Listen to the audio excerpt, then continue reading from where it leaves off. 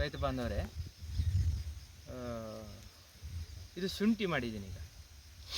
ಶುಂಠಿನಲ್ಲಿ ಅಂತರ್ ಬೆಳೆಯಾಗಿ ಮಿಶ್ರ ಬೆಳೆ ಮಾಡಿದ್ದೀರಾ? ಆಗಿ ನಾನು ಬೀನ್ಸ್ ಮಾಡಿದ್ದೀನಿ. ನೋಡಿ ಬೀನ್ಸ್ ಎಷ್ಟು ಚೆನ್ನಾಗಿ ಬಂದಿದೆ ನೋಡಿ.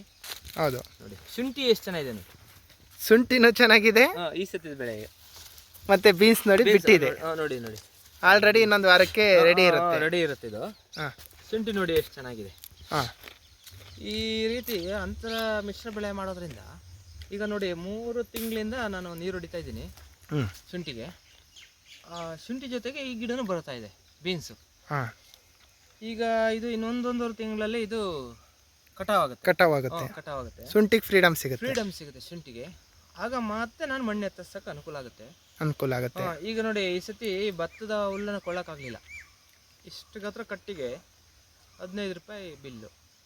1000 ಕಟ್ಟು ತಗೊಂಡು 15,000 ಆಗುತ್ತೆ. 15,000 ಆದರೂ ಹುಲ್ಲನ್ನು ಮುಚ್ಚಕ್ಕಾಗ್ತಿರ್ಲಿಲ್ಲ. ಅದಕ್ಕೆ ನಾನು ಏನು ಮಾಡಿದೆ, ಸ್ವಲ್ಪ ಬಿಸಿಲಿತ್ತಲ್ಲ, ಆ ಬಿಸಿಲು ಕಂಟ್ರೋಲ್ ಮಾಡೋದು ಹೆಂಗೆ ಅಂತೇಳಿ ಈ ಅಂತರ ಬೆಳೆಯಾಗಿ ಬೆಳೆಯೋಣ ಅಂತೇಳಿ ಸಲ ಮಾಡಿದ್ನಲ್ಲ, ಸಲ ಕೂಡ ನಾನು ಸಂಬಾರ ಮೆಂತ್ಯ ಹಾಕಿ ಬೆಳೆದಿದ್ದೀನಿ. ಅಂದರೆ ಅದು ಈಗ ನಮ್ಮಲ್ಲಿ ಈಗ ಬೆಡ್ ಮಾಡಿ ಬೆಳೆಯಲಿರಿ, ತರಕಾರಿನ ಇಳುವರಿ ಜಾಸ್ತಿ ಬರುತ್ತೆ ಅಂತ ಹೇಳಿ ಹೇಳ್ತಾರಲ್ಲ, ಹಂಗೆ ನೀವು ಮಾಡಿ ಏನು ಮಾಡೋದಿಲ್ಲ, ಸುಮ್ಮನೆ ಬೀಜ ಉದುರಿಸಿ ಬಿಡೋದಷ್ಟೇನೆ. ಹೌದೌದು, ಇದು ಒಂಥರ ಚೆನ್ನಾಗಿದೆ, ರೈತರಿಗೆ ತುಂಬಾ ಅನುಕೂಲ ಇದೆ. ಮತ್ತೆ ಯಾಕೆಂದ್ರೆ ಉತ್ಕೃಷ್ಟವಾಗಿದೆ. ಯಾಕಂದ್ರೆ ನಾನು ರಾಸಾಯನಿಕ ಬಳಸೋದಿಲ್ವಲ್ಲ, ದನಿ ಗೊಬ್ಬರನ್ನ ಬಳಸಿ ಹಾಕಿರೋದಲ್ವಾ. ಆ ಬೆಡ್ ಮೇಲೆ ಸೊಪ್ಪು ಸದೆಲ್ಲ ಬೆಳ್ಕೊಳುತ್ತೆ. ಅಂದ್ರೆ ಏನೇನ ಸೊಪ್ಪುಗಳನ್ನ ಬೆಳಿತೀರಾ? ಸಂಬಾರ ಬೆಳೆದಿದೆ. ಔಷಧಿ ಮೆಂತ್ಯ ಹಾಕಿದ್ದೆ. ಸಬ್ಸಿಗೆ ಹಾಕ್ಬೋದು. ಸಬ್ಸಿಗೆ ಹಾಕ್ಬೋದು. ಇನ್ನ ದಂಟು ಹಾಕ್ಬೋದು. ಯಾವ್ದು ಬೇಕಾದ್ರೂ ನೈಸರ್ಗಿಕವಾಗಿರೋದ್ರಿಂದ. ಅಂದ್ರೆ 2 ತಿಂಗಳಲ್ಲಿ ಯಾವ್ದು ಕಟಾವಾಗುತ್ತೆ ಅದೆಲ್ಲದನ್ನೂ ಹಾಕ್ಬೋದು. 2-3 ತಿಂಗಳೊಳಗೆ ಕಟಾವ್ ಆಗೋವಂಥದ್ದು ಯಾವ್ದಾರು ಹಾಕ್ಬೋದು. ಬೇಡ ಶುಂಠಿನಲ್ಲಿ 2-3 ತಿಂಗಳು ಕಟಾವ್ ಹಾಕೋದು ಹಾಕ್ಬೇಕು. ಯಾಕಂದ್ರೆ ನಿರಂತರವಾಗಿ ನೀರು ಹೊಡಿತಿರ್ತೀವಿ. ಇಲ್ಲ ಕಾಣಿಸ್ತಿದೆಯಲ್ಲ ನೋಡಿ, ಶುಂಠಿನೂ ಚೆನ್ನಾಗಿದೆ. ನೋಡಿ ನಾನೇನು ನೋಡಿ ನೇರವಾಗಿ ನೋಡಿ ಶುಂಠಿ ಲಕ್ಷಣ ಹೆಂಗಿದೆ. ನಾನು ಸ್ವಲ್ಪ ನೋಡಿ ಈ ಸಲ ಔಷಧಿ ಸ್ಪ್ರೇ ಮಾಡಿಲ್ಲ. 2 ತಿಂಗಳಾದ್ರೂ ಇದು ಒಂದು ಎಲೆ ಏನಾದರೂ ಇಲ್ಲ, ಅದಕ್ಕೆ ಚುಕ್ಕಿಯಲ್ಲಿ ರೋಗ ಅಲ್ಲಿ ಇದೆ ನೋಡಿ. ಇಲ್ಲ ಬೀನ್ಸು ಇನ್ನು ನಾನು ಯಾವುದು ಔಷಧಿ ಸ್ಪ್ರೇ ಮಾಡೇ ಇಲ್ಲ ಇದಕ್ಕೆ. ಮತ್ತೆ ಇದೆ ಯಾವುದೂ ರೋಗ ಮುಕ್ತವಾಗಿದೆ. ಇದು ರೋಗ ಮುಕ್ತವಾಗಿರುತ್ತೆ. ದನಿನ ಗೊಬ್ಬರದ ಕೆಪಾಸಿಟಿ ಹಂಗೆ. ಮತ್ತೆ ಅಂದ್ರೆ ಈಗ ಇದ್ರಾಗೆ ನೀರನ್ನ ತುಂಬಾ ಜನ 2 ತಿಂಗಳವರೆಗೂ ಅಂತರ್ ಬೆಳೆ ಬೆಳೆದಲ್ಲೇ ಇದು ಮಾಡ್ತಾರಲ್ಲ, ಅದಕ್ಕೇನಂತೀರಾ? ಅಂತರ ನಿವ್ಯರ್ಥ, ಅದು ವೇಸ್ಟ್ ಆಗುತ್ತೆ. ಯಾಕೆಂದ್ರೆ 2-3 ತಿಂಗಳು ಶುಂಠಿ ಬಂದಿರೋಕ್ಕೆಲ್ಲ ಅಂದ್ರೆ ಮೊಳಕೆ ಹೊಡೆದು ಬಂದಿರೋದೇ ಇಲ್ಲ. ಸುಮ್ಮನೆ ಈ ಶ್ರಮ, ದುಡ್ಡು, ನೀರು ಡಬಲ್. ಅಂದ್ರೆ ಕೆಲವೊಬ್ರು ಆರ್ಮಿಚರ್ ಇಟ್ಟು ಹೊಳೆಯಿಂದ ಮೋಟರ್ ಇಟ್ಟು ಪೆಟ್ರೋಲ್ ಡೀಸೆಲ್ ಹಾಕೊಂಡು ಖರ್ಚು ಜಾಸ್ತಿ ಮಾಡ್ತಾರೆ. ಈ ತರ ಆಗ್ತಾಗ ಈಗ ನೋಡಿ ನನಗೆ ಕಡಿಮೆ ಅಂದ್ರೆ ಇದೊಂದು 50,000 ಸಿಗುತ್ತೆ. 50,000 ಅಂತರ್ ಬೆಳೆಯಲ್ಲೇ ಸಿಗುತ್ತೆ. ಶುಂಠಿ ಮಿಶ್ರ ಬೆಳೆಯಲ್ಲಿ 50,000 ನನಗೆ ಸಿಗುತ್ತೆ. ಇನ್ನೊಂದೂವರೆ ತಿಂಗಳಲ್ಲೇ ನನಗೆ 50,000 ಸಿಗುತ್ತೆ. ಮತ್ತೆ ತುಂಬಾ ದುಡ್ಡು ಉಳಿಸಿದೀರಾ. ಇಂಡೈರೆಕ್ಟ್ ಆಗಿ ಹುಲ್ಲಿಂದು ದುಡ್ಡು ಉಳಿದಿದೆ, ದುಡ್ಡು ಉಳಿತು. ಮತ್ತೆ ಕಳೆದು ದುಡ್ಡು ಉಳಿ ಅಂದ್ರೆ ಕಳೆ ಬದಲು ಇದನ್ನೇ ಬೆಳೆದ ಕಳೆ ಬರೋದಿಲ್ಲ. ಹೌದು ನೋಡಿ, ಇಲ್ಲಿ ಶುಂಠಿ ಇದೆ, ಅಲ್ಲಿ ನೆರಳಿದೆ. ಇದಕ್ಕೆ ಶುಂಠಿ ಕಾಂಡಕ್ಕೆ ಏಟಾಗೋದಿಲ್ಲ, ಬಿಸಿಲು ಬೀಳೋದಿಲ್ಲ. ಮತ್ತೆ ನೋಡಿ ದನಿನ ಗೊಬ್ಬರ ಹಾಕೋದ್ರಿಂದ ಮಾವು ಹೆಂಗೆ ಬಂದಿದೆ ನೋಡಿ. ಹೌದು, ಮಾವು ಎಷ್ಟು ಚೆನ್ನಾಗಿ ಬಂದಿದೆ ಅಂದರೆ ಇದನ್ನೇ ತಿನ್ನಬೇಕು ಅನ್ನೋ ಒಟ್ಟಿಗೆ ಮಾವು ಬಂದಿದೆ. ಯಾಕೆ ದನಿನ ಗೊಬ್ಬರದ ಶಕ್ತಿನೇ ಹಂಗಿದೆ. ಇನ್ನು ತೆಂಗು 1.5 ತಿಂಗಳಿಗೆ ಎಳ್ನೀರು ಕಟ್ ಮಾಡಿಸ್ಬೋದು. ದನಿನ ಗೊಬ್ಬರ ಹಾಕಿದಾಗ 4 ಬೆಳೆ ಕಾಯಿ ಕೀಳೋ ಬದಲು 1-1.5 ತಿಂಗಳಿಗೆ ಎಳ್ನೀರು ಬಂದ್ಬಿಡುತ್ತೆ. ಹೌದು, ಅಂದ್ರೆ ಅಲ್ಲಿಗೆ ಒಂದು 8-9 ಬೀಡ್ನಾರು ಕೊಡ್ಬೋದು.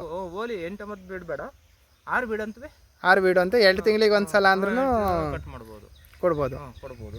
ಮತ್ತೆ ಇದು ಶುಂಠಿನ ಈಗ ಇದು ತುಂಬಾ ಜನಕ್ಕೆ ಹೊಸದು ಅಂತ ಅನ್ಸುತ್ತೆ. ಇದಕ್ಕೆ ರೈತರಿಗೆ ಏನು ದೃಢವಾಗಿ ಹೇಳಕ್ಕೆ ಏನು ಇಷ್ಟಪಡ್ತೀರಾ? ರೈತರಿಗೆ ದೃಢವಾಗಿ ಏನು ಹೇಳಕ್ಕೆ ಇಷ್ಟಪಡ್ತೀನಿ ಅಂದರೆ, ನೈಸರ್ಗಿಕವಾಗಿ ಈ ರೀತಿ ಅಂತರ ಬೆಳೆ ಬಳಕೊಳ್ಳಿ. ಗೌರ್ಮೆಂಟ್ ರಾಸಾಯನಿಕ ಅತಿ ಹೆಚ್ಚು ಬಳಸೋಕೋಬೇಡಿ. ಆದಷ್ಟು ನೈಸರ್ಗಿಕ ಬೆಳೀರಿ. ಮತ್ತು ಬೀಜಕ್ಕೆ ಉತ್ತಮವಾದ ತಳಿ ಆಗುತ್ತಿದ್ದು. ತಿನ್ನಕ್ಕೆ ಎಷ್ಟು ಉತ್ತಮವಾಗಿ ನೈಸರ್ಗಿಕ ಬಂದಿರುತ್ತೆ. ಬೀಜ ಬೆಳೆಯತಕ್ಕಂಥವ್ರಿಗೆ ಬಿತ್ತನೆಗೆ ಉತ್ತಮವಾದ ಶುಂಠಿಯಾಗಿ ಇದು ಪರಿವರ್ತನೆ ಆಗುತ್ತೆ. ಮತ್ತು ಇದು ವಿಶೇಷವಾಗಿದೆ, ಯಾಕೆಂದರೆ ಶುಂಠಿ ಹಾಕಿ ಕೆಲವೊಬ್ರು ಏನು ಮಾಡಿರ್ತಾರೆ, ನಿಮ್ಮಲ್ಲಿ ಕಳೆನೇ ಇಲ್ಲ, ಯಾಕೆಂದರೆ ಕಳೆ ಬದಲು ನೀವು ಬೀನ್ಸ್ ಬೆಳೆದಿರೋದ್ರಿಂದ ಕೆಲವೊಬ್ರು ಏನಾಗಿದೆ ಒಂದೊಂದು 5 ಅಡಿ 6 ಅಡಿವರೆಗೂ ಕಳೆ ಗಿಡಗಳೇ ಇರ್ತವೆ. ಇಲ್ಲಿ ನೋಡಿ ಕಳೆ ಗಿಡನೇ ಇಲ್ಲ, ಇಲ್ಲಿ ಬೀನ್ಸ್ ಮಸ್ಲಾಯ್ತಲ್ಲ, ಹೌದು ಕಳೆನೇ ಬಂದಿಲ್ಲ. ಅಲ್ಲಿ ನೋಡಿ ಅಲ್ಲೆಲ್ಲೋ ಒಂದೊಂದು ಕಳೆ ಬಿಟ್ಬಿಟ್ಟು ಹೌದು ಬೀನ್ಸ್ ಸ್ಟ್ರಾಂಗ್ ಇದೆ. ಆ ಬೀನ್ಸ್ ಅನ್ನು ಶುಂಠಿನ ಏನು ಯಾವ ರೀತಿ ಅಂತರದಲ್ಲಿ ಹಾಕಿದ್ದೀರಾ? ಸೈಡಲ್ಲಿ ಹಾಕಿರೋದು? ಅದು ಸೈಡಲ್ಲಿ ಹಾಕಿದ್ದೀನಿ. ಅಂದ್ರೆ ಶುಂಠಿ ಇರೋದು ಮಧ್ಯದ ಜಾಗದಲ್ಲಿ ಖಾಲಿ ಇದೆ. ಇಲ್ಲಿ ನೋಡಿ. ಈಗ ಈ ಕಡೆ ಒಂದು ಗೇಣು ಜಾಗ ಬಿಟ್ಬಿಟ್ಟು ಆ ಕಡೆ ಈ ಕಡೆ ಹಾಕಿದ್ದೀರಾ ಈ ರೀತಿ ಇದನ್ನ.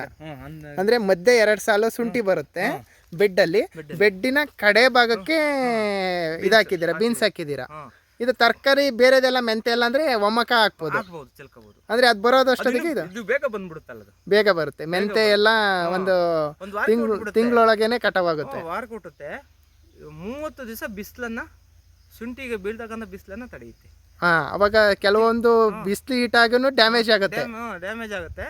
ಆಗ ಮೆಂತೆ ಸಾಂಬಾರ್ ಇದ್ರೆ ನೇರವಾಗಿ ಶುಂಠಿಗೆ, ಇನ್ನು ಹುಟ್ಟಿರೋದಿಲ್ಲ ಶುಂಠಿ, ಬಿಸಿಲು ಬೀಳೋದಿಲ್ಲ ಶುಂಠಿಗೆ. ಹೋದ್ ಸಲನು ಇದು ಸಂಬಾರ ಬೆಳೆದು ತುಂಬಾ ಉತ್ಕೃಷ್ಟವಾಗಿ ಒಳ್ಳೆ ರೇಟಿಗೆ ಮಾರಿದ್ರಿ. ಏನ್ ರೇಟಿಗೆ ಕೊಟ್ಟಿದ್ರಿ? ಅಯ್ಯೋ ಅವಾಗೆಲ್ಲ 10 ರೂಪಾಯಿವರೆಗೂ ಕಂತೆ ಕೊಟ್ಟಿದ್ವಿ, ಚೆನ್ನಾಗೂ ಬಂದಿತ್ತು. ಇನ್ನು ಸ್ಪ್ರಿಂಕ್ಲರ್ ನೇರವಾಗಿ ಹಾರೋದ್ರಿಂದ ತುಂಬಾ ಮೆದುವಾಗಿ ಇರೋದ್ರಿಂದ ಸಾಯ್ದು ಕಮ್ಮಿ ಆಯಿತು. ಅದಾದ್ಮೇಲೆ ಶುಂಠಿ ನನ್ನ ಎದೆ ಭುಜದ ಮಟ್ಟಿಗೆ ಎತ್ತರ. ಅಂದ್ರೆ ರೈತರಿಗೆ ಈಗ ಶುಂಠಿನಲ್ಲೇ ಒಂದ್ರ ಕಡೆಯಿಂದ ಫೋಕಸ್ ಮಾಡಿ ಇರೋ ದುಡ್ಡನ್ನೆಲ್ಲ ಅದ್ರ ಕಡೆಲೆ ಹಾಕಿ ಲಾಸ್ ಆಗೋಕ್ಕಿಂತ ಇದು ಬೆಸ್ಟ್ ಇದೆ. ಖರ್ಚು ವೆಚ್ಚ ಕಡಿಮೆ ಆಗುತ್ತೆ, ಕಳೆಗೆಲ್ಲ ದುಡ್ಡಿನ ಒಂದು ಆಗುತ್ತೆ. ಈಗ ನಾವೇನಾದರೂ ಒಂದು ಬೇರೆ ಕೆಲಸ ಮಾಡಿಸ್ಬೇಕು, ಮಣ್ಣು ಹಾಕ್ಸ್ಬೇಕಂದ್ರೆ ಈ ಬೀನ್ಸಿನ ಆದಾಯದಲ್ಲೇ ನಾವು ಮಣ್ಣನ್ನು ಹಾಕ್ಸ್ಕೋಬೋದು. ಈ ರೀತಿ ಇರೋದ್ರಿಂದ ನೈಸರ್ಗಿಕ ಮಾಡ್ಕೊಳ್ಳಿ, ನ್ಯಾಚುರಲ್ ಮಾಡ್ಕೊಳ್ಳಿ. ಕಳೆ ಬಂದರೆ ನಾವು ನೇರವಾಗಿ ಮಾನವ ಸಂಪನ್ಮೂಲಕನೇ ನಾವು ಕಳೆ ತೆಗಿಸ್ತೀವಿ. ಒಂದು 5 ಜನ ಕಟ್ಕೊಂಡ್ರೆ. ಹೌದು, ಅಂದ್ರೆ 5 ಜನ ಅಂದ್ರೆ ಒಂದ್ ದಿವಸಕ್ಕೆ ಮುಗ್ದೋಗ್ಬಿಡುತ್ತೆ, ಯಾಕಂದ್ರೆ ಕಳೆನೇ ಇರೋದಿಲ್ವಲ್ಲ. ಕಳೆ ಹೆಚ್ಚಿರೋದಿಲ್ವಲ್ಲ, ಸಿಂಗಲ್ ಅದು ಸ್ವಲ್ಪ ಹಾಕ್ಸ್ಕೊಂಡಿರ್ತೀವಿ, ಕಳೆ ಇರೋದಿಲ್ಲ. ಹಾಗಾಗಿ ಕಡಿಮೆ ಖರ್ಚು ವೆಚ್ಚದಲ್ಲೇ ಕಳೆ ತೆಗೆಸ್ಕೋಬೋದು. ಈಗ ಒಂದು 5 ಜನ 300 ರೂಪಾಯಿ 400 ರೂಪಾಯಿ ಅಂತ ತಿಳ್ಕೊಳ್ಳಿ, 2000 ಆಗುತ್ತೆ. ಅದೇ ಕಳೆನಾಶಕಕ್ಕೆ 2000 ಕೊಡೋಕೆ ಭೂಮಿ ಎಷ್ಟು ಹಾಳಾಗುತ್ತೆ. ಹೌದು, ಅದನ್ನೆಲ್ಲ ಗಮನಿಸ್ಕೊಂಡು ಈ ರೀತಿ ನೈಸರ್ಗಿಕ ಮಾಡೋದ್ರಿಂದ ಭಾಳ ಅನುಕೂಲ. ಹೌದು.